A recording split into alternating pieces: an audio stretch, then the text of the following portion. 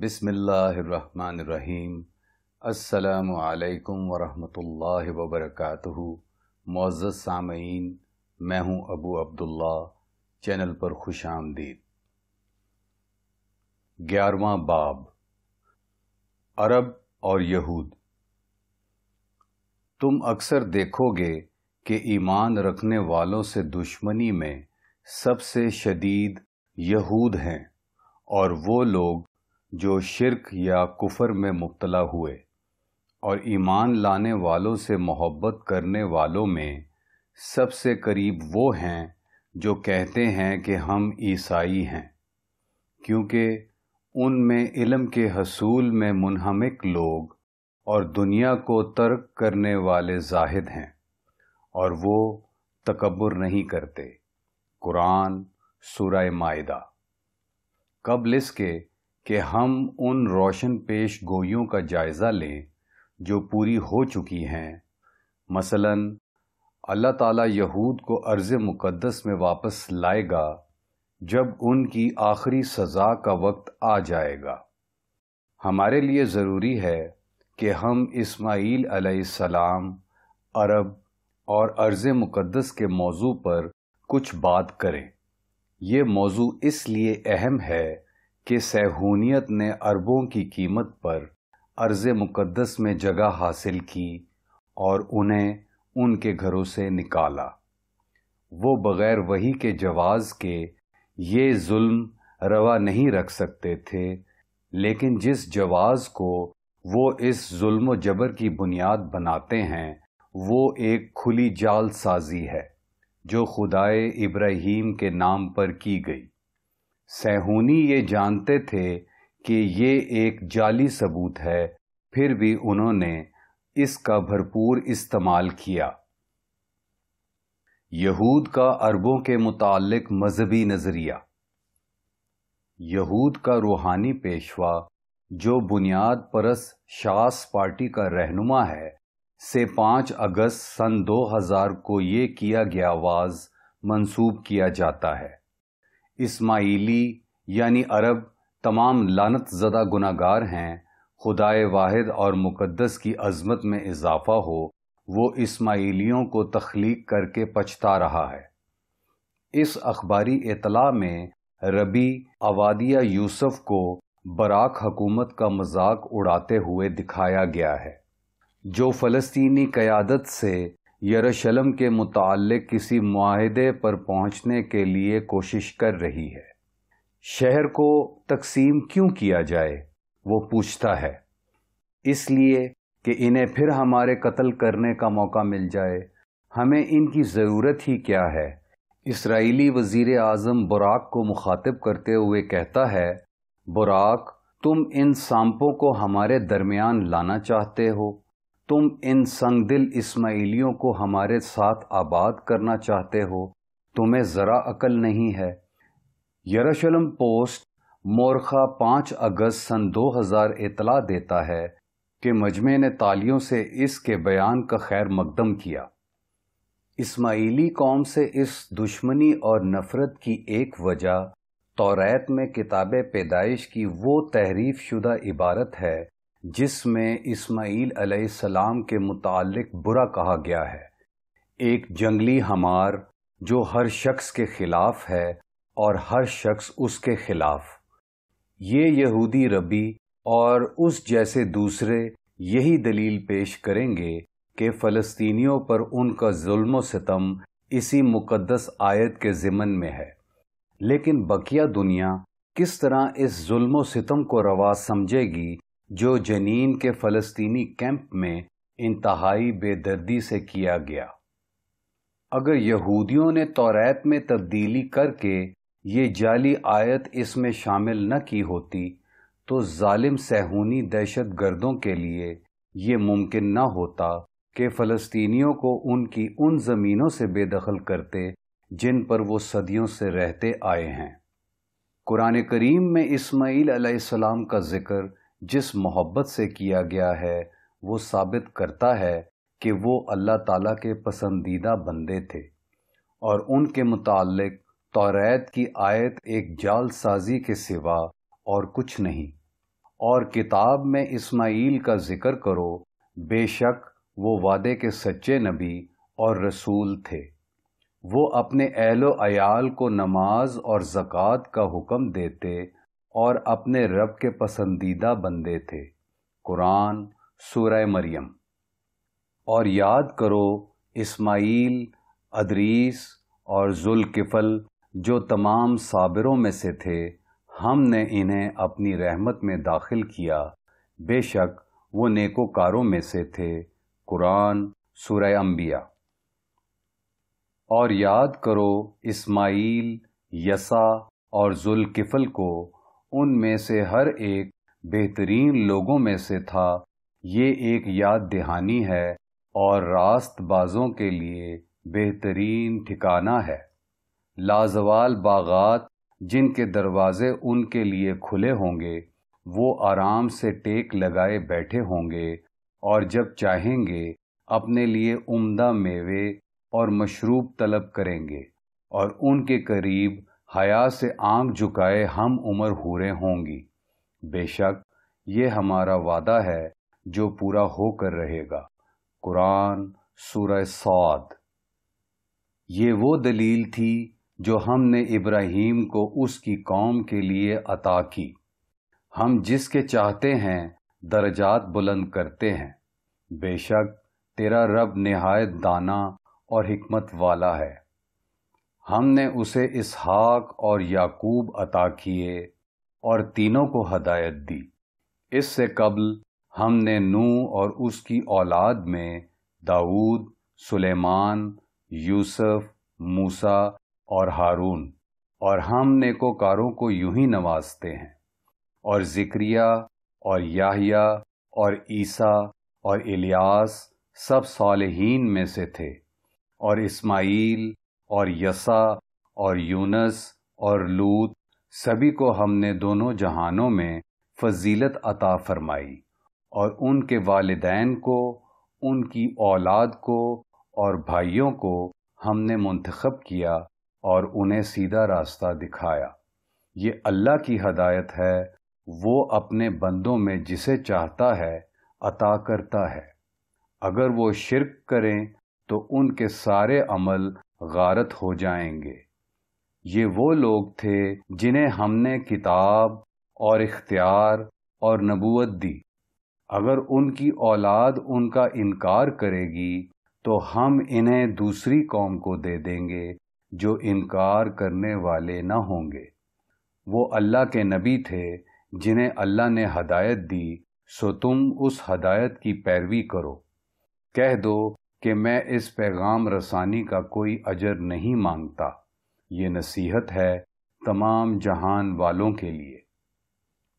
وہ اللہ کے متعلق غلط اندازہ لگا رہے ہیں جب وہ یہ کہتے ہیں کہ اللہ انسان پر کچھ نازل نہیں کرتا۔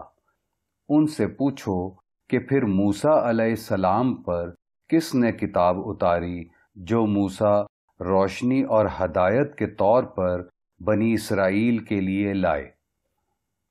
لیکن تم اس کے کچھ اوراق دکھاتے ہو اور کچھ چھپا لیتے ہو۔ تم نے اس سے وہ سیکھا جو تم اور تمہارے آبا نہیں جانتے تھے۔ کہو وہ اللہ ہی کی طرف سے اتاری گئی، انہیں لغویات میں بھٹکنے کے لیے چھوڑ دو۔ اور یہ قرآن ایک کتاب ہے جسے ہم نے نازل کیا ہے، جو رحمت ہے اور تصدیق کرتی ہے ان صحائف کی جو پہلے نازل ہوئے، تاکہ تم شہروں کی ماں یعنی مکہ کے اور اس کے گرد و نواح کے لوگوں کو ڈراؤ۔ جو آخرت پر یقین رکھتے ہیں وہ اس کتاب پر ایمان لاتے ہیں اور اپنی نمازوں کی حفاظت کرتے ہیں۔ قرآن سورہ انعام۔ اس یہودی ربی کو اس سخت تنبیہ سے آگاہ ہونا چاہیے جو اللہ پر جھوٹ باندھنے والوں کے لیے قرآن میں آئی ہے، اور جس کا اطلاق اسماعیل علیہ السلام پر بہتان لگانے والوں پر بھی ہوتا ہے۔ اور اس سے زیادہ ظالم کون ہوگا جو اللہ تعالیٰ کے بارے میں جھوٹ گھڑے اور کہے کہ مجھ پر وحی آتی ہے، جبکہ اس پر وحی نہ آتی ہو، یا کہے کہ جو اللہ نے نازل کیا ہے ایسا تو میں بھی کہہ سکتا ہوں۔ اگر تم ان ظالموں کو مرتے وقت دیکھو جب فرشتے ہاتھ بڑھا کر کہتے ہیں لاؤ نکالو اپنی روح، آج تمہیں اس جھوٹ کی ذلت ناک سزا ملے گی جو تم اللہ پر باندھا کرتے تھے اور اس کی نشانیوں کو جھٹلایا کرتے تھے۔ قرآن سورہ انعام۔ وہ یہودی ربی اور اس جیسے لوگ جن کے اعتقاد ان جعل سازیوں پر مبنی ہیں جو توریت میں کی گئیں، ایک غیر حقیقی دنیا میں رہتے ہیں۔ ان کا حقیقت کے متعلق اندازہ غلط ہے۔ اس جھوٹ کا نقصان یہ ہوا کہ وہ اسماعیل علیہ السلام کے متعلق غلط رائے قائم کر بیٹھے۔ توریت میں کہیں حضرت اسماعیل علیہ السلام کے متعلق نافرمانی یا بغاوت کا کوئی الزام نہیں ملتا جسے مذکورہ مذمت کا جواز قرار دیا جا سکے۔ در حقیقت انہی اسماعیلیوں نے یہودیوں کو 1400 برس پناہ دی۔ ان کے درمیان رہتے ہوئے نہ انہیں اپنی جان کا خوف رہا نہ مال کا، اور انہیں یہودی حیثیت سے رہنے اور اپنے عقائد کے مطابق زندگی گزارنے کی پوری آزادی دی گئی۔ جو لوگ اسرائیل کی جعلی ریاست کی حمایت کرتے ہیں جس کی بنیاد ظلم پر رکھی گئی اور جو بے خدا قوم پرستی کے نظریے پر قائم ہے، انہیں کوئی روحانی بصیرت حاصل نہیں۔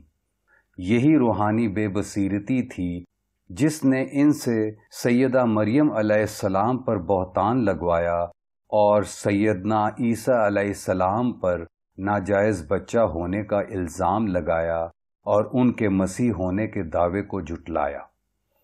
اسی نے ان سے اللہ کے ایک برگزیدہ نبی یسوع مسیح علیہ السلام کو سولی پر چڑھانے کا انتہائی ظالمانہ جرم کروایا۔ گو اللہ تعالیٰ نے اپنی رحمت سے انہیں بچا لیا، مگر یہود نے تو انہیں اپنی طرف سے سولی دینے میں کوئی کسر نہیں اٹھا رکھی، اور پھر نہایت ڈھٹائی سے اس پر فخر بھی کیا۔ اسی روحانی اندھے پن نے ان سے خدائے ابراہیم علیہ السلام کے بھیجے ہوئے آخری رسول صلی اللہ علیہ وآلہ وسلم کو جھٹلانے پر آمادہ کیا۔ اسی بے بصیرتی نے انہیں قرآن کے انکار کی جرت دی۔ ان کی موجودہ نسلی، مالی اور معاشی پالیسیاں واضح طور پر شرمناک اور غلط ہیں۔ جب انہوں نے اپنے محسن رسول حضرت موسیٰ علیہ السلام کی نافرمانی کی اور کہا کہ وہ اور ان کا خدا جہاد کریں، وہ تو وہیں رہیں گے جہاں تھے، تو اللہ تعالیٰ نے 40 سال کے لیے ان پر ارض مقدس حرام کر دی اور انہیں 40 سال تک صحرائے سینائی میں بھٹکنے کے لیے چھوڑ دیا۔ پھر اللہ تعالیٰ نے حضرت موسیٰ علیہ السلام سے خطاب کرتے ہوئے فرمایا، ان نافرمان لوگوں کا غم نہ کرو۔ اگر قرآن نے توریت میں حضرت اسماعیل علیہ السلام کے متعلق جھوٹ شامل کرنے کی نشاندہی نہ بھی کی ہوتی تو توریت اور انجیل کی تلاوت کرنے والوں میں اتنی روحانی بصیرت ہونی چاہیے تھی کہ وہ کھرے اور کھوٹے میں فرق کر سکتے اور حضرت اسماعیل علیہ السلام پر الزامات کی حقیقت جان لیتے۔ اسی لیے نہ اس وقت ان سے ہمدردی درست تھی اور نہ آج اس کا کوئی جواز ہے۔ ان کا وقت پورا ہو چکا ہے اور ان کی قسمت پر مہر لگ چکی ہے۔ وہ تاریخ کے سب سے بڑے دھوکے کا شکار ہوئے ہیں۔ اسی دھوکے میں آ کر انہوں نے وہ زمینیں چھوڑی جہاں وہ صدیوں سے عرب اسماعیلیوں کے درمیان سکون سے رہ رہے تھے، مثلاً یمن، مراکش، ایران، شام وغیرہ۔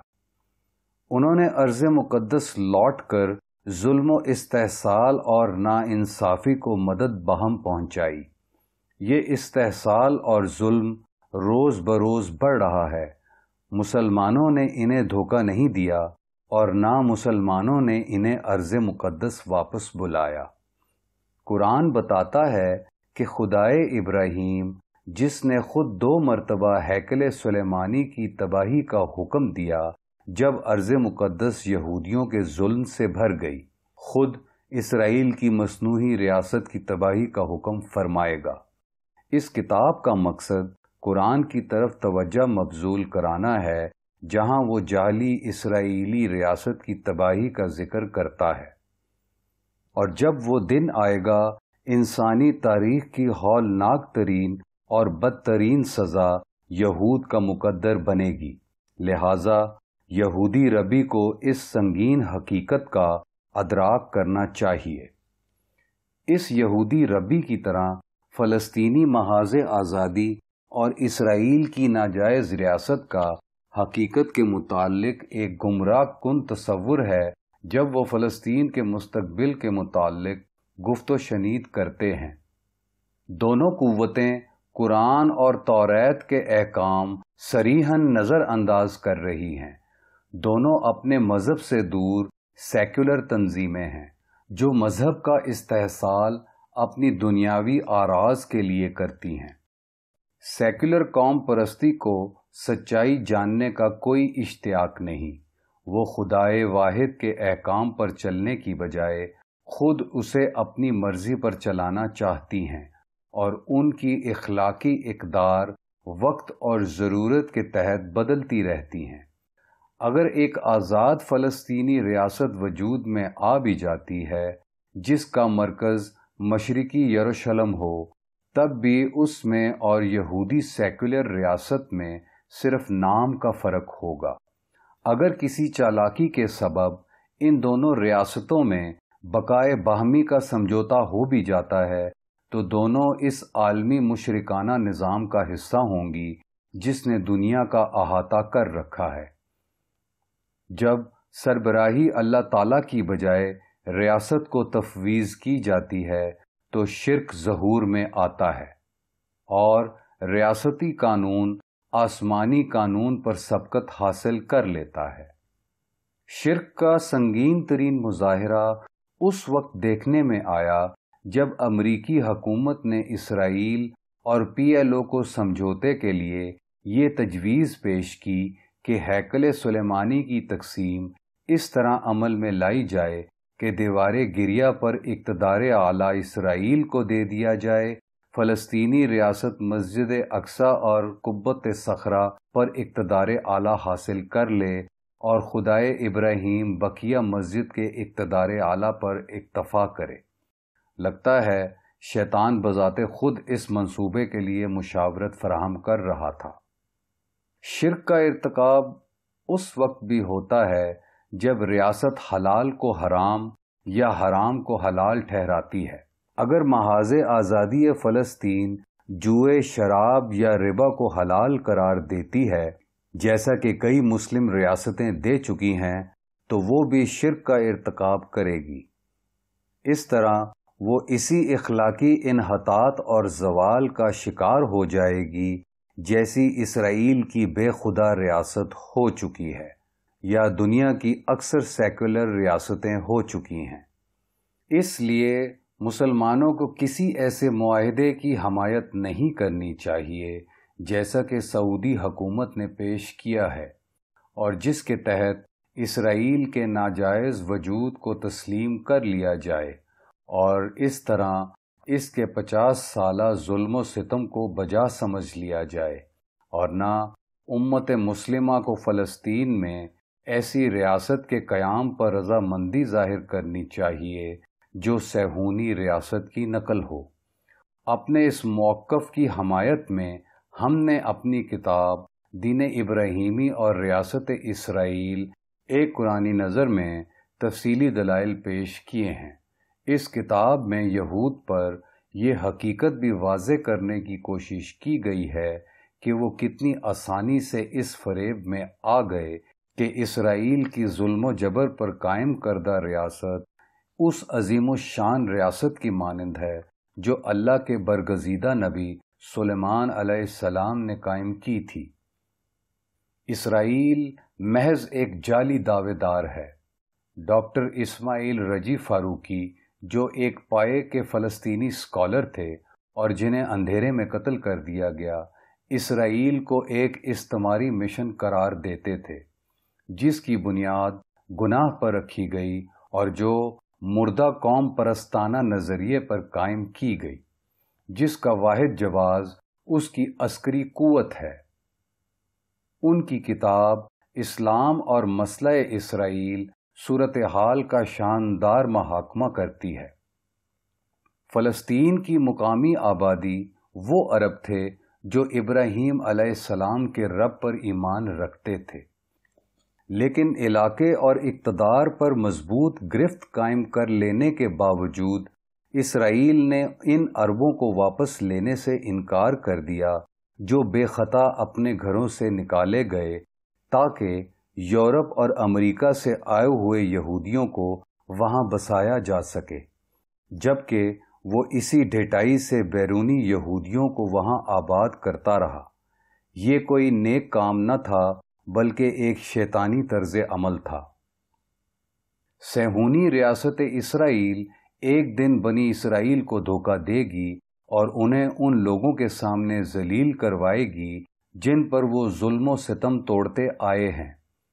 اسرائیل کا نسلی استحصال مسلسل بڑھ رہا ہے اور انہیں محمد صلی اللہ علیہ وآلہ وسلم کی پیش گوئی کی طرف لے جا رہا ہے۔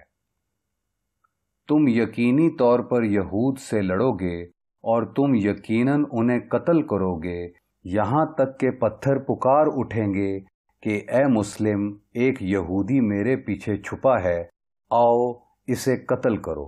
صحیح بخاری۔ 12واں باب، یہود کی ارض مقدس کو واپسی کی قرآنی توضیح۔ اور کہو، تعریف سب اللہ ہی کی ہے، جلد ہی وہ تمہیں اپنی نشانیاں دکھائے گا جنہیں تم پہچان لوگے، اور تم جو کچھ کرتے ہو وہ اس سے غافل نہیں ہے۔ قرآن سورہ نمل۔ ہم اس دور میں رہ رہے ہیں جس میں یہود اپنی 2000 سالہ جلاوطنی ختم کر کے ارض مقدس واپس لینے آ گئے ہیں، وہ جلاوطنی جو اللہ تعالیٰ نے بطور سزا ان کا مقدر کی تھی۔ یروشلم آج پھل پھول رہا ہے اور اس علاقے میں طاقت اور اثر و رسوخ کا مرکز بن گیا ہے جہاں وہ واقع ہے۔ اسرائیل نے مصر اور اردن سے فائدہ مند امن معاہدے کیے ہیں جو یورپ کے بے خدا معاشرے کی طفیلی ریاستیں ہیں۔ اسرائیل نے آہستہ آہستہ PLO سے کئی معاہدے کیے جن سے اس کے ناجائز وجود کی مخالفت کم ہوتی گئی، حتیٰ کہ سعودی عرب نے بھی در پردہ اسرائیل سے گفت و شنید کر کے سعودی منصوبہ پیش کیا جس میں عملی طور پر اسرائیل کو تسلیم کر لیا گیا، جبکہ دوسری طرف مدینہ منورہ کی مرکزیت پس منظر میں چلی گئی اور اس کا گرد و نواح میں ہونے والے واقعات پر کوئی کنٹرول نہیں رہ گیا۔ اس زخم پر نمک پاشی کے لیے سعودی عرب کی ریاست، جو برطانیہ کی ذیلی ریاست کی حیثیت سے وجود میں آئی، مدینہ کو کنٹرول کر رہی ہے۔ جب امریکہ نے برطانیہ سے دنیا کی حکمران ریاست ہونے کا اختیار حاصل کیا تو سعودی عرب اس کی طفیلی ریاست بن گیا۔ اسرائیل کی طرح سعودی عرب پہلے برطانیہ اور پھر امریکہ پر انحصار کرتا آیا ہے۔ سعودی وہابی اتحاد، جو مملکت میں سیاست اور مذہبی رائے عامہ کی صورت گری کرتا ہے، وفاداری سے برطانیہ سے کیا گیا معاہدہ نبھا رہا ہے، جس کے تحت شاہ سعود بن عبدالعزیز کو 5000 پاؤنڈ اسٹرلنگ دیے گئے تھے تاکہ وہ حجاز کو ترکی کی اسلامی حکومت کے اقتدار سے نکال کر برطانوی نقطۂ نظر سے بے اثر بنا دے۔ سعودی وہابی مذہبی نظریہ مسلمانوں کی نسبت عیسائی اور یہودی مغرب کو قریب سمجھتا ہے۔ بیشتر وہابی مسلمانوں کو شرک کا مرتکب قرار دیتے ہیں۔ تفصیل کے لیے ہماری کتاب خلافت، حجاز اور سعودی وہابی قومی ریاست ملاحظہ فرمائیں۔ گو اسرائیل بھی پہلے برطانیہ اور پھر امریکہ کی ذیلی ریاست بنا رہا، لیکن دونوں میں ایک واضح فرق ہے۔ اسرائیل شروع سے دنیا کی حکمران ریاست بننے کی منصوبہ بندی کرتا آیا ہے۔ جب اسرائیل اپنے عزائم میں کامیاب ہوگا، سعودی عرب اسی طرح اس کی ذیلی ریاست بن جائے گا، جس طرح وہ برطانیہ اور امریکہ کی طفیلی ریاست بنا رہا۔ اسرائیل کا مقدر ہے کہ وہ اسی طرح سپر پاور بنے جیسا سپر پاور آج کل امریکہ ہے۔ اس وقت یروشلم ترقی کر رہا ہوگا، جبکہ خاکم بدہن مدینہ تباہ حال ہوگا یا اسرائیل کی عالمی ریاست کے تابع ہوگا۔ نبی اکرم صلی اللہ علیہ وآلہ وسلم نے پیشین گوئی فرمائی ہے کہ وہ دن آئے گا۔ معاذ ابن جبل رضی اللہ تعالی عنہ سے روایت ہے کہ نبی اکرم صلی اللہ علیہ وآلہ وسلم نے ارشاد فرمایا کہ اسرائیل اس وقت پھل پھول رہا ہوگا جب مدینہ تباہ حال ہوگا۔ مدینہ کی تباہی جنگ عظیم کے نتیجے میں عمل میں آئے گی، جس میں قسطنطنیہ مفتوح ہو جائے گا، جو دجال کی آمد کے باعث واقع ہوگی۔ آپ صلی اللہ علیہ وآلہ وسلم نے اپنا ہاتھ ان کے کندھے یا ران پر مارا اور فرمایا، یہ اسی قدر سچ ہے جیسے تم یہاں ہو یا جیسے تم یہاں بیٹھے ہو۔ سنن ابی داؤد۔ اسرائیل کی پھلتی پھولتی ریاست کافی حد تک اس پیش گوئی کو پورا کر رہی ہے۔ آج اس پورے علاقے پر جہاں وہ واقع ہے چھائی ہوئی ہے۔ اسرائیل پہلے ہی امریکی صدر اور سلامتی کونسل کی حکم عدولی کر چکا ہے، جنہوں نے اسے دریائے اردن کا مغربی کنارہ خالی کرنے کا حکم دیا تھا۔ یہ اس وقت ہوا تھا جب اسرائیل فلسطین کے بم بردار شہداء کو قتل کر رہا تھا۔ وہ شہداء ہیں اور انہیں خودکشی کرنے والا کہنا غلط ہے۔ لیکن مستقبل میں عظیم جنگ کے بعد اسرائیل کی گرفت ارض مقدس پر بڑھ جائے گی۔ امریکی صدر کے سوا سب اس جنگ کی توقع کر رہے ہیں۔ اس جنگ میں اسرائیلی علاقے میں خاصا اضافہ ہو جائے گا۔ نبی اکرم صلی اللہ علیہ وآلہ وسلم کی پیش گوئی اس وقت زیادہ بہتر طور پر سمجھی جا سکے گی۔ امریکی معیشت کی قابل فہم شکست، یعنی بڑھتے ہوئے قرضوں کے سود کے سبب اور ہوس عالمگیری کی خاطر بے پناہ جارحانہ اخراجات کے باعث، اور اسرائیل کے مقبوضہ عرب علاقے خالی کرنے سے انکار سے جو صورتحال پیدا ہوگی، وہ اس پیش گوئی کو واضح طور پر سچ کر دکھائے گی۔ جب اسرائیل عالمی قوت بنے گا اور سعودی ریاست اس کی طفیلی ریاست بنے گی، تو یہ پیش گوئی مکمل طور پر پوری ہو جائے گی۔ اس پیش گوئی کی روح سے ایک بڑی جنگ ہوگی، جس میں اسرائیل کا ایک حلیف سیکولر ترکی ہو سکتا تھا، مگر وہاں اسلامی جماعت کی کامیابی نے اسرائیلی عزائم پر پانی پھیر دیا۔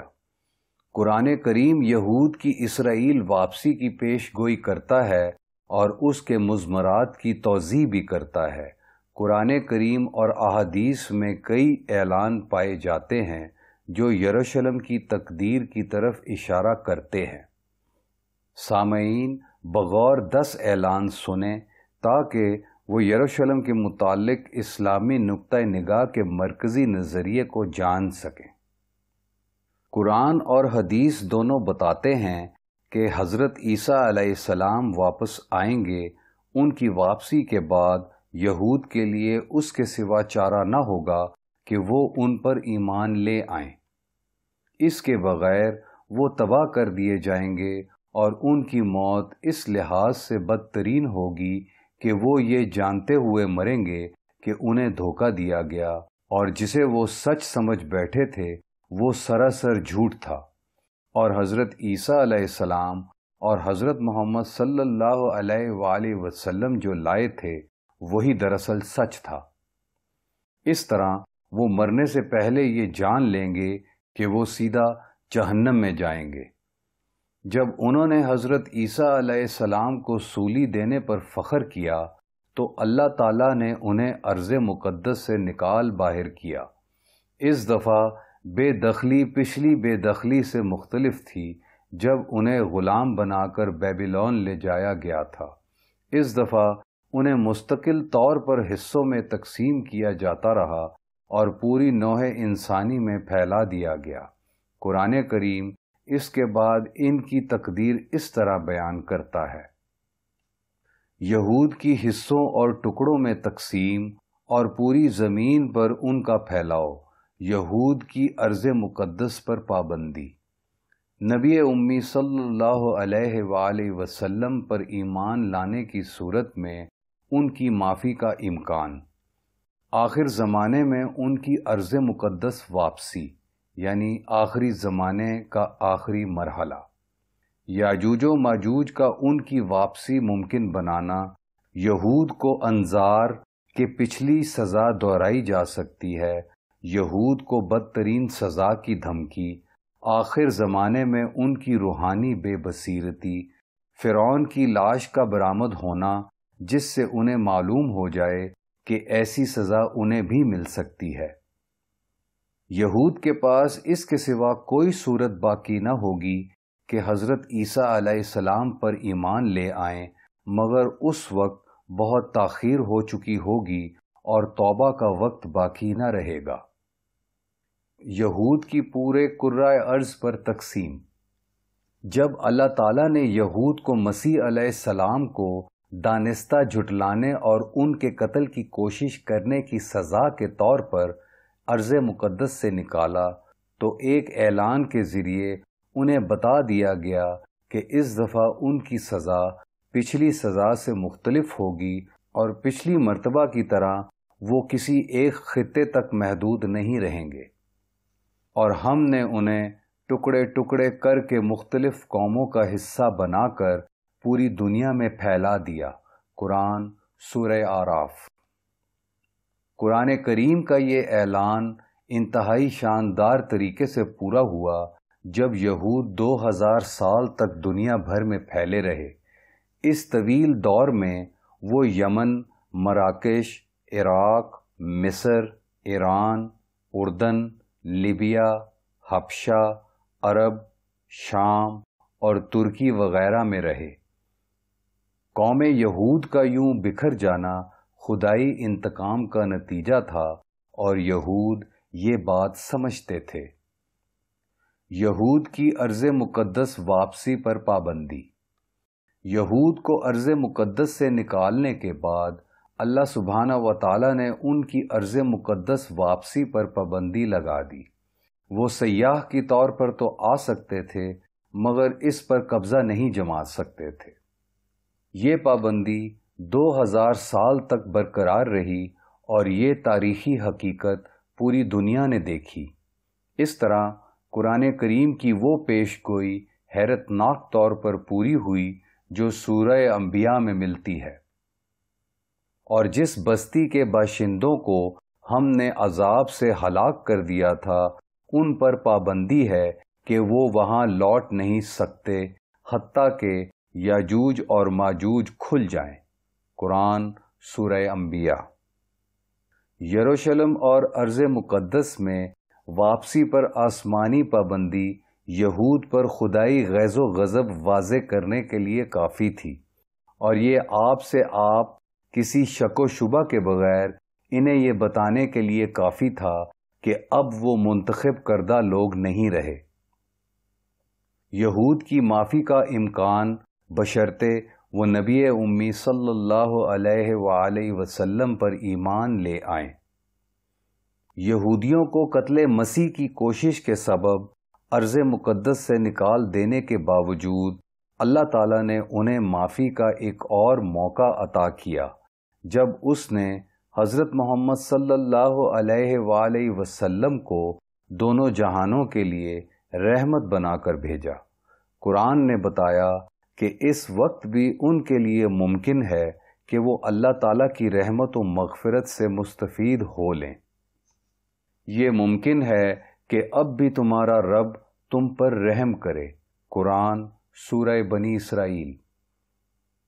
اللہ تبارک و تعالیٰ نے انہیں 17 ماہ کا وقت دیا کہ وہ ان تمام نشانیوں کو دیکھ کر جو ان کی کتاب میں بیان کی گئی تھیں نبی امی صلی اللہ علیہ وآلہ وسلم پر ایمان لے آئیں اور اللہ تعالیٰ کی رحمت اور معافی کے مستحق بن جائیں۔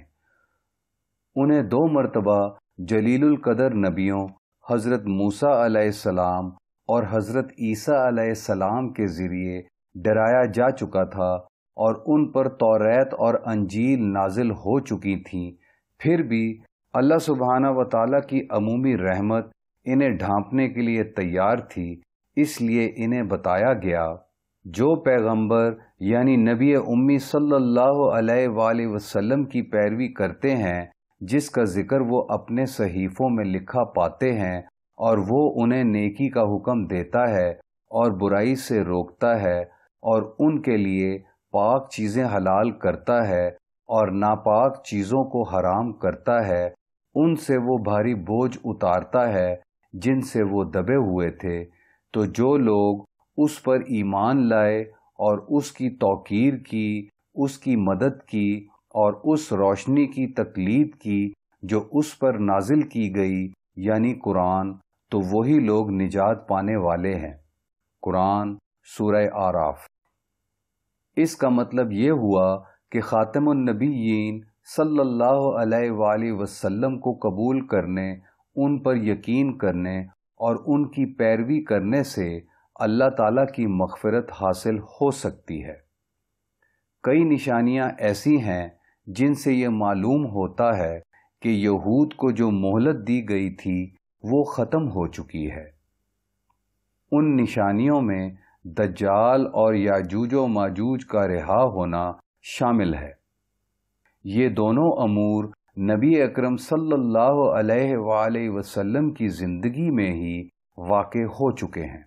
آپ صلی اللہ علیہ وآلہ وسلم کی مدینہ ہجرت کے ابتدائی 17 مہینے جب آپ یہود کے ساتھ ایک معاہدے میں شریک ہوئے اور ظاہر ہو گیا کہ وہ آپ صلی اللہ علیہ وآلہ وسلم اور قرآن پر ایمان نہیں لائیں گے بلکہ اسلام کو مٹانے کی سازش کریں گے، اس وقت اللہ تعالیٰ نے وحی نازل فرمائی کہ نماز کے لیے اپنا رخ خانہ کعبہ کی طرف کر لو۔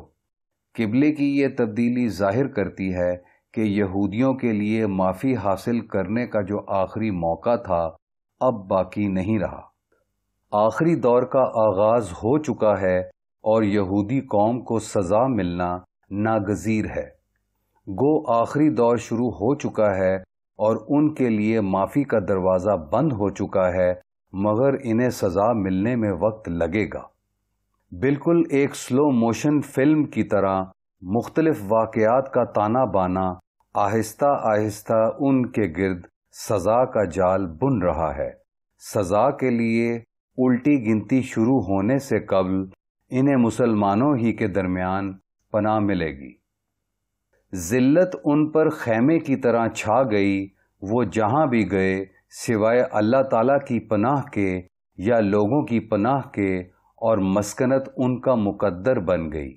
یہ اس لیے ہوا کہ انہوں نے اللہ کی نشانیوں کو جھٹلایا، اس کے رسولوں کو ناحق قتل کیا اور بغاوت میں تمام حدیں عبور کر لیں۔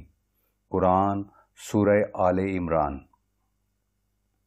جب سزا کے لیے الٹی گنتی شروع ہوئی تو اللہ تعالیٰ کی طرف سے نشانیاں ظاہر ہونا شروع ہوئیں۔ ان میں فرعون کی لاش کا برآمد ہونا جو حضرت موسیٰ علیہ السلام کا تعاقب کرتے ہوئے ہلاک ہوا، جبکہ وہ اس دریافت کا پہلے ہی اعلان کر چکے تھے اور ان کے لیے اپنی غلطی مان لینا دشوار تھا۔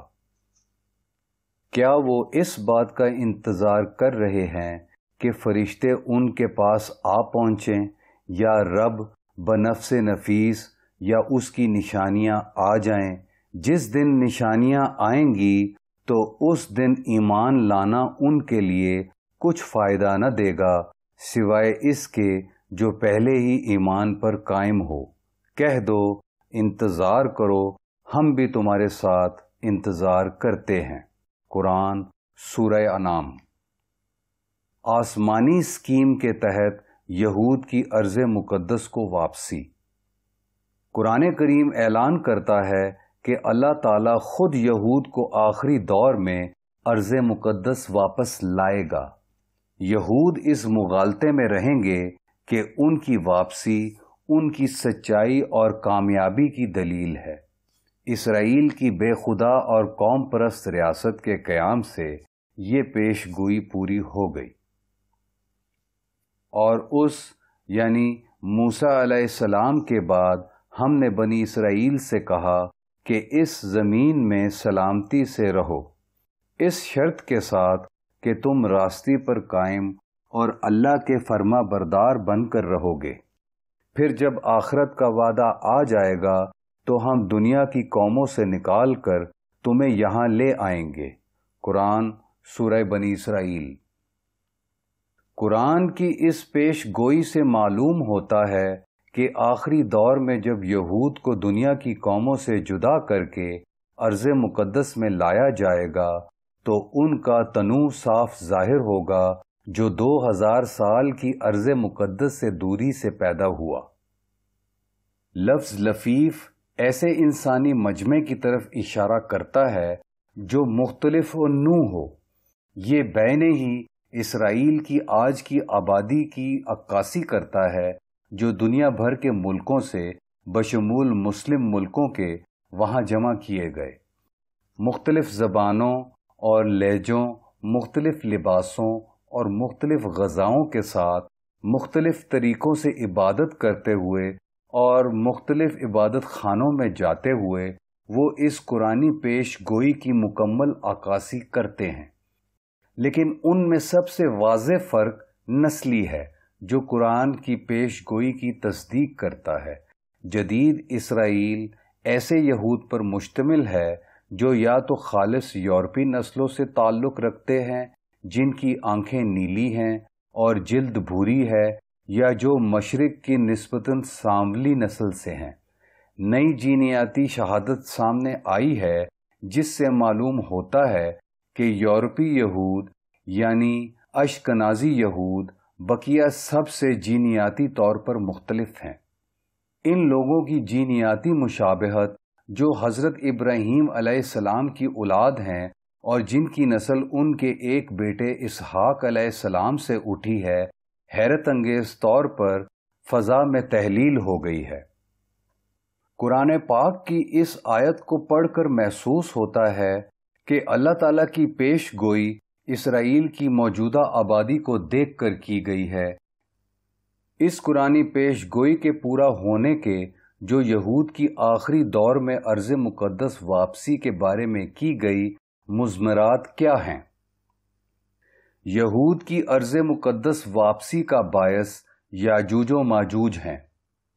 قرآن کریم میں کم از کم ایسے 3 مقامات ہیں جو صراحت سے یہود کے لیے آسمانی سزا کی بات کرتے ہیں جب وہ واپس ارض مقدس لائے جائیں گے۔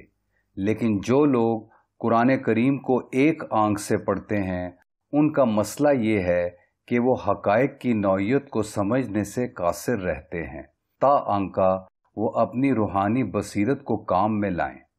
خاص طور پر یہ اصول آخری دور کے واقعات پر لاگو ہوتا ہے۔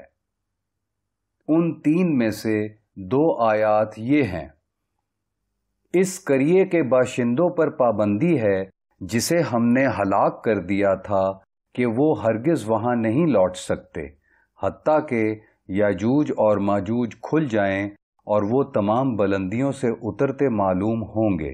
قرآن سورہ انبیاء۔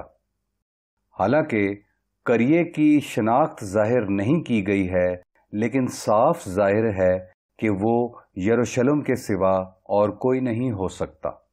قرآن کریم میں قریے کی شناخت کا ایک بالواسطہ ذریعہ ہے۔ مدینہ کے یہودیوں نے قریش کی درخواست پر چند مشکل سوال وضع کیے۔ اگر محمد صلی اللہ علیہ وآلہ وسلم ان کا صحیح جواب دے دیتے تو وہ یقینی طور پر ایک نبی سمجھے جاتے۔ اللہ تعالیٰ نے اپنے لطف و کرم سے تینوں سوالوں کا جواب اپنے پاک کلام میں دیا۔ پہلے دو سوالوں کا جواب یعنی وہ نوجوان کون تھے جو غار میں روح پوش ہو گئے، اور وہ عظیم سیاح کون تھا جس نے زمین کے دو کناروں تک سفر کیا، سورہ کہف میں ملتا ہے، جبکہ روح کے متعلق سوال کا جواب سورہ بنی اسرائیل میں دیا گیا ہے۔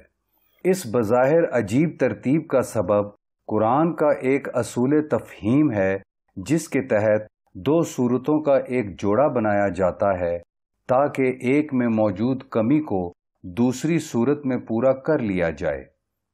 قرآن کے معروف اسکالر ڈاکٹر اسرار احمد نے اس سلسلے میں کافی ریسرچ کی ہے اور ثبوتوں کا ایک انبار جمع کیا ہے جس سے معنی کے اس نظام کی تصدیق ہوتی ہے۔ لہٰذا قریے کی شناخت کے لیے جب ہم سورہ بنی اسرائیل کا مطالعہ کرتے ہیں تو معلوم ہوتا ہے کہ سورہ بنی اسرائیل فقط ایک ہی بستی کا ذکر کرتا ہے اور وہ بستی یروشلم ہے۔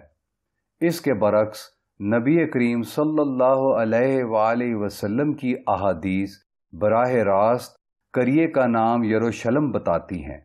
نہ صرف یروشلم کا ذکر یاجوج ماجوج کے ساتھ آتا ہے بلکہ اس کے علاوہ کسی بستی کا ذکر احادیث میں نہیں ملتا جسے اللہ تعالیٰ نے تباہ کر دیا تھا، اور جس حدیث میں عیسیٰ علیہ السلام کی واپسی کا ذکر آیا ہے یاجوج ماجوج اور یروشلم میں تعلق ثابت کرنے کے لیے کافی ہے۔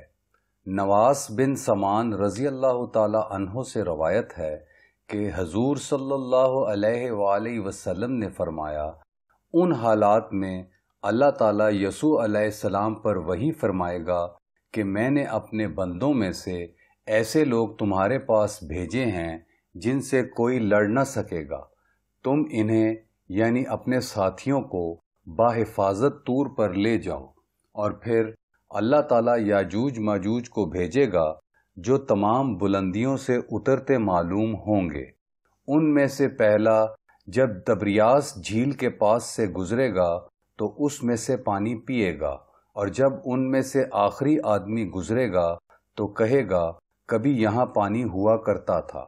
عیسیٰ علیہ السلام اور ان کے ہمراہی طور پر گھر جائیں گے اور محاصرے کی سختی سے ایک بیل 100 دینار سے زیادہ مہنگا ہو جائے گا۔ صحیح مسلم۔ جھیل تبریاس جسے بحر گلیلی بھی کہا جاتا ہے ارض مقدس میں ہے، اور طور یروشلم کا ایک پہاڑ ہے۔ یہ اسی حدیث کی دوسری روایت میں ملتا ہے جس کا ذریعہ وہی صحابی ہیں۔ یاجوج اور ماجوج پھر کوہ الخمر کے قریب پہنچ جائیں گے، اور یہ بیت المقدس کا ایک پہاڑ ہے، اور کہیں گے ہم نے زمین میں جو تھے انہیں مار دیا، اب آؤ ہم انہیں ماریں جو آسمان میں ہیں۔ وہ اپنے تیر یا میزائل آسمان کی جانب پھینکیں گے اور وہ ان کی طرف لہو میں ڈوبے ہوئے آئیں گے۔ صحیح مسلم۔ اب ہم اس پوزیشن میں ہیں کہ یہود کے آخری دور میں فلسطین واپسی کو قیامت کی قرآن میں دی گئی ایک نشانی کی حیثیت سے پہچان سکیں، جس سے نہ صرف یاجوج اور ماجوج کی واپسی کی تصدیق ہوتی ہے بلکہ یہ بھی معلوم ہوتا ہے کہ دنیا پر ان کا کنٹرول ہے۔ آج یاجوج اور ماجوج بین الاقوامی فساد کے ایجنٹ ہیں۔ فساد کے معنی ہیں بدعنوانی، بگاڑ، سنگ دلی، سیاہ کاری، بد اخلاقی، بے راہ روی وغیرہ۔ جب یاجوج ماجوج کسی معاشرے پر غالب آتے ہیں تو اسے سیدھا جہنم میں جا گراتے ہیں۔ ایک حدیث سے معلوم ہوتا ہے کہ یاجوج و ماجوج کے دور کی گلوبلائزیشن ہر 1000 میں 999 انسانوں کے جہنم میں لے جانے پر منتج ہوگی۔ ابو سعید الخدری رضی اللہ تعالی عنہ سے روایت ہے کہ نبی اکرم صلی اللہ علیہ وآلہ وسلم نے فرمایا، حشر کے دن اللہ تعالیٰ فرمائے گا اے آدم، آدم علیہ السلام کہیں گے لبیک و سعدیک یا رب، یعنی اے رب میں خوش بخت ہوں کہ تیری بارگاہ میں حاضر ہوں۔ پھر ایک بلند آواز یہ کہتی سنائی دے گی اللہ تعالیٰ تمہیں حکم دیتے ہیں کہ اپنی اولاد میں سے دوزخیوں کو نکال دو۔ آدم کہیں گے یا رب دوزخ کی آگ کے لیے کتنے بندے نکالوں؟ اللہ تعالیٰ فرمائیں گے ہر 1000 میں سے 999 کو نکال لو۔ تو اس وقت خوف کے مارے ہر حاملہ اپنا حمل گرا دے گی اور خوف سے بچوں کے بال سفید ہو جائیں گے اور دہشت سے لوگ نشے کی حالت میں نظر آئیں گے، حالانکہ وہ نشے میں نہ ہوں گے، لیکن تیرے رب کا عذاب ہے ہی بڑا سخت۔ قرآن سورہ حج۔ جب نبی کریم صلی اللہ علیہ وآلہ وسلم نے یہ بتایا تو صحابہ اکرام کے چہرے زرد پڑ گئے۔ اس پر حضور صلی اللہ علیہ وآلہ وسلم نے فرمایا یاجوج ماجوج سے 999 نکالے جائیں گے اور ایک تم میں سے ہوگا۔ تم مسلمان ایک سفید بیل میں سیاہ بالوں کی طرح کم ہوگے یا ایک سیاہ بیل میں سفید بالوں کی طرح تھوڑے، اور مجھے امید ہے کہ تم اہل جنت کا چوتھائی ہوگے۔ اس پر ہم نے کہا اللہ اکبر۔ پھر نبی اکرم صلی اللہ علیہ وآلہ وسلم نے فرمایا تم ان میں 1/3 ہوگے۔ ہم نے کہا اللہ اکبر۔ اس پر حضور صلی اللہ علیہ وآلہ وسلم نے ارشاد فرمایا مجھے امید ہے تم ان کا نصف ہوگے۔ ہم نے پھر کہا اللہ اکبر۔ صحیح بخاری۔ یہود کی یروشلم واپسی اور ریاست اسرائیل کی بحالی یاجوج ماجوج اور جھوٹے مسیح یعنی المسیح الدجال کے سبب ممکن ہوئی۔ یہ وہ سب سے بڑا فتنہ ہے جس سے یہود اپنی پوری تاریخ میں گزرے۔ در حقیقت ان کی قسمت پر مہر لگ چکی ہے، لیکن وہ اسے نہیں جانتے۔ صرف قرآن کو کتاب الہی مان کر اور نبی اکرم صلی اللہ علیہ وآلہ وسلم کی تعلیمات پر عمل کر کے وہ حقیقت کو پا سکتے ہیں۔ اس کتاب میں قرآن اور احادیث کے حوالے انہیں مطالعے میں مدد دے سکتے ہیں۔ یہود کو وارننگ کہ آسمانی سزا دہرائی جا سکتی ہے۔ قرآن یہود کو وارننگ دیتا ہے کہ اگر انہوں نے اپنی سیاہ کاریاں دہرائیں تو اللہ تعالیٰ اپنی سزا کو دہرائیں گے۔ پہلی سزا عراقی فوج کے ذریعے دی گئی، پھر انہیں ایک رومن فوج نے تباہ و برباد کیا اور ان کی کثیر تعداد کو غلام بنایا، اور آخری سزا جب بھی وہ ملے ایک مسلم فوج کے ذریعے دی جائے گی۔ ممکن ہے کہ تمہارا رب تم پر رحم فرمائے، لیکن اگر تم نے پھر نافرمانی کی تو ہم پھر تمہیں سزا دیں گے، اور ہم نے جہنم کو کافروں کے لیے حصار بنا دیا ہے۔ قرآن سورہ بنی اسرائیل۔ یہود کو بدترین آسمانی سزا کی نوید۔ قرآن نے یہود کو نہایت واضح اور کھلی وارننگ دی کہ وہ ایک دن اس حقیقت کا سامنا کریں گے جو آج انہیں درپیش ہے، یعنی یاجوج اور ماجوج اور دجال دنیا میں کھول دیے جائیں گے۔ یہود نے قرآن پر اور اللہ کے آخری رسول صلی اللہ علیہ وآلہ وسلم پر ایمان لانے سے انکار کر دیا۔ اس دانستہ انکار کے سبب وہ حقیقت کا ادراک کرنے سے قاصر ہیں۔ اور تیرے رب نے حکم دے دیا کہ وہ ان یعنی یہود کے خلاف قیامت تک ایسی ہستیاں اٹھاتا رہے گا جو انہیں سخت مصیبت میں مبتلا کرتی رہیں گی۔ بے شک تیرا رب سزا دینے میں بہت تیز ہے، اور وہ بے شک نہایت معاف کرنے والا اور رحم فرمانے والا بھی ہے۔ قرآن سورہ اعراف۔ اللہ تعالیٰ کا یہ قانون ہے کہ سزا جرم کی سنگینی کے تناسب سے یا اس کے مساوی ہونی چاہیے، اور کیونکہ یہود نے حضرت عیسیٰ علیہ السلام کو سولی دینے کی کوشش کر کے بدترین جرم کا ارتکاب کیا، کیونکہ وہ جان چکے تھے کہ حضرت عیسیٰ علیہ السلام سچے نبی ہیں اور انہوں نے توریت کو اپنی ادنا آراز کی خاطر بدل ڈالا، وہ اس اعتبار سے بدترین سزا کے مستحق ہیں اور یہ سزا قیامت آنے سے پہلے ہی شروع ہو جائے گی۔ انہوں نے حضرت محمد صلی اللہ علیہ وآلہ وسلم کو دانستہ جھٹلا کر اپنے جرم کو دہرایا، لہٰذا وہ معافی کے آخری موقع سے بھی محروم ہو گئے۔ آخری دور میں ڈرامائی طور پر حیرت انگیز واقعات کی ایک لڑی ان کی سزا کو یقینی بنائے گی۔ اس کے اہم کرداروں میں یاجوج ماجوج اور دجال شامل ہیں۔ ہم اس کتاب کے 8ویں باب میں جھوٹے مسیحا کے بارے میں پہلے ہی بتا چکے ہیں۔ آخری سزا کے وقت یہود کی روحانی بے بصیرتی۔ اللہ تعالیٰ نے خود ایسا اہتمام فرمایا ہے کہ یہود اور بقیہ ایمان نہ لانے والے اپنی حقیقت کا اندازہ نہ کر سکیں۔ عنقریب میں ان کی نظریں اپنی نشانیوں سے ہٹا دوں گا جو زمین میں حق کے بغیر بڑے بننے کی کوشش کرتے ہیں، اور اگر وہ تمام نشانیاں دیکھ لیں تب بھی ایمان نہ لائیں گے اور صراط مستقیم دیکھ کر بھی اس پر نہ چلیں گے، لیکن گمراہی کا راستہ دیکھیں تو فوراً اس پر چلنا شروع کر دیں گے۔ یہ اس لیے ہے کہ انہوں نے ہماری نشانیوں کو جھٹلایا اور ان سے غافل ہو گئے۔ قرآن سورہ آراف۔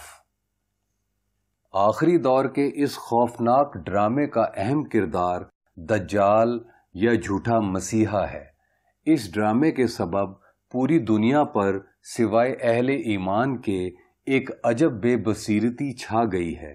یہ بات اہم ہے کہ اللہ تعالیٰ نے دجال کو جو قوتیں عطا کی ہیں ان کی نارسائی سے اہل ایمان کو آگاہ کرنے کے لیے اسے صرف ایک آنکھ دی ہے۔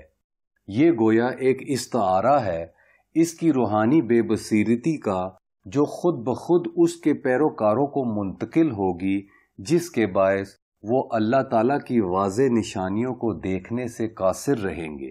یہ روحانی اندھا پن سچے مسیحا حضرت عیسیٰ علیہ السلام کی واپسی تک جاری رہے گا۔ فرعون کی لاش کی دریافت جو یہ دکھا رہی ہے کہ یہود کا انجام بھی اس کی طرح ہوگا۔ قرآن ایک اور نشانی عطا کرتا ہے جس سے مادہ پرست انسانوں کو اندازہ ہو سکے کہ آخری دور شروع ہو چکا ہے اور بنی اسرائیل کے لیے حتمی الٹی گنتی شروع ہو چکی ہے، جس کے بعد وہ بدترین سزا سے دوچار ہوں گے۔ یہ نشانی اس فرعون کی لاش کی دریافت ہے جو حضرت موسیٰ علیہ السلام اور آپ کے پیروکاروں کا تعاقب کرتا ہوا غرق ہوا۔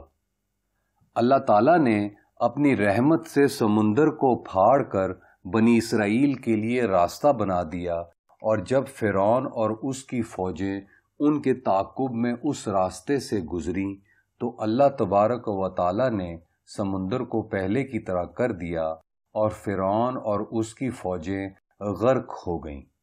اور یاد کرو، ہم نے تمہارے لیے سمندر کو پھاڑ کر تمہیں بچا لیا اور فرعون کی قوم کو تمہاری آنکھوں کے سامنے غرق کر دیا۔ قرآن سورہ بقرہ۔ اس وقت بنی اسرائیل کو علم نہ تھا اور آج بھی نہیں ہے کہ وہ خود ایک دن اسی طرح تباہ ہوں گے جس طرح فرعون تباہ ہوا تھا، اگر وہ احکام حق سے بے وفائی کریں گے اور کچھ گناہوں میں ملوث ہوں گے۔ فرعون کس طرح مرا، یہ جاننے کے لیے سامعین کو یہ آیت دیکھنی ہوگی۔ ہم نے بنی اسرائیل کو سمندر کے پار پہنچایا، پھر فرعون اور اس کے لشکر نے سرکشی اور بغاوت کا مظاہرہ کرتے ہوئے ان کا پیچھا کیا، حتیٰ کہ وہ جب غرق ہونے لگا تو کہنے لگا، میں اللہ پر ایمان لاتا ہوں اور اس کا کوئی شریک نہیں، جس پر بنی اسرائیل ایمان لائے اور میں فرما برداروں میں سے ہوں۔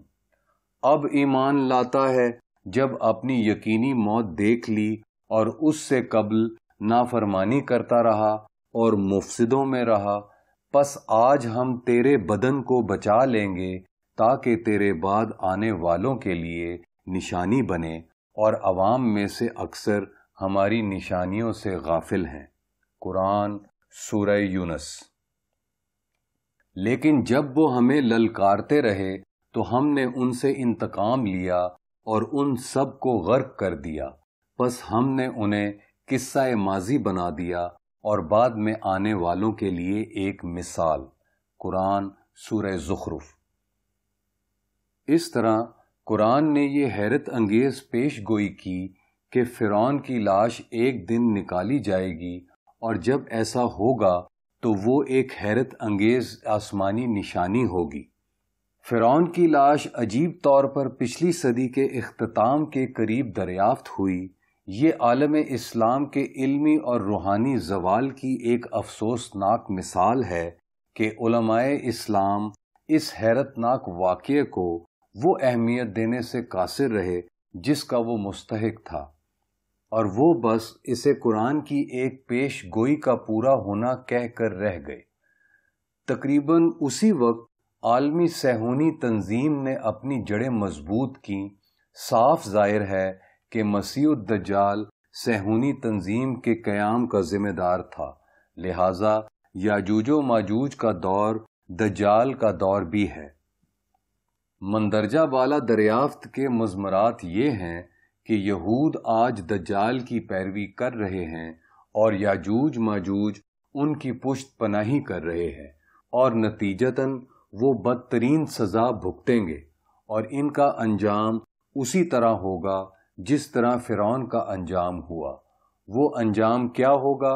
فرعون کی لاش کی دستیابی اللہ سبحانہ و تعالیٰ کی ایک عظیم نشانی ہے کہ دنیا ایک عجیب و غریب ڈرامہ دیکھے گی، ایسا ڈرامہ جو انسانی تاریخ میں کبھی نہ دیکھا گیا۔ وقت آ گیا ہے یہود کے لیے خاص طور پر اور عوام الناس کے لیے عام طور پر، جو فرعون کی طرح جیتے تھے وہ فرعون کی طرح مریں گے بھی۔ یہود کے پاس عیسیٰ علیہ السلام کی واپسی کے بعد ان پر ایمان لانے کے سوا چارہ نہ ہوگا، مگر اس وقت بہت دیر ہو چکی ہوگی، اور اہل کتاب میں کوئی ایسا نہ ہوگا جو مرنے سے قبل ان پر ایمان نہ لے آئے، اور وہ قیامت کے دن ان کے خلاف گواہ ہوں گے۔ قرآن سورہ نساء۔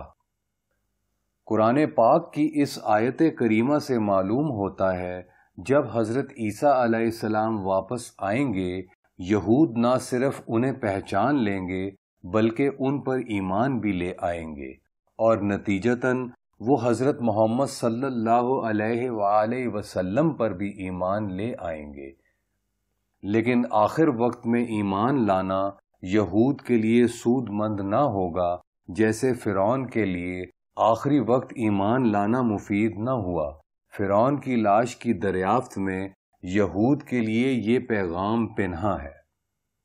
ایک اور مضمر اس دریافت کا یہ ہے کہ جس طرح فرعون آخر تک یہی سمجھتا رہا کہ وہ کامیابی کے راستے پر ہے، موجودہ قوم یہود بھی آخری لمحے تک یہی سمجھتے رہیں گے کہ وہ کامیاب ہو رہے ہیں۔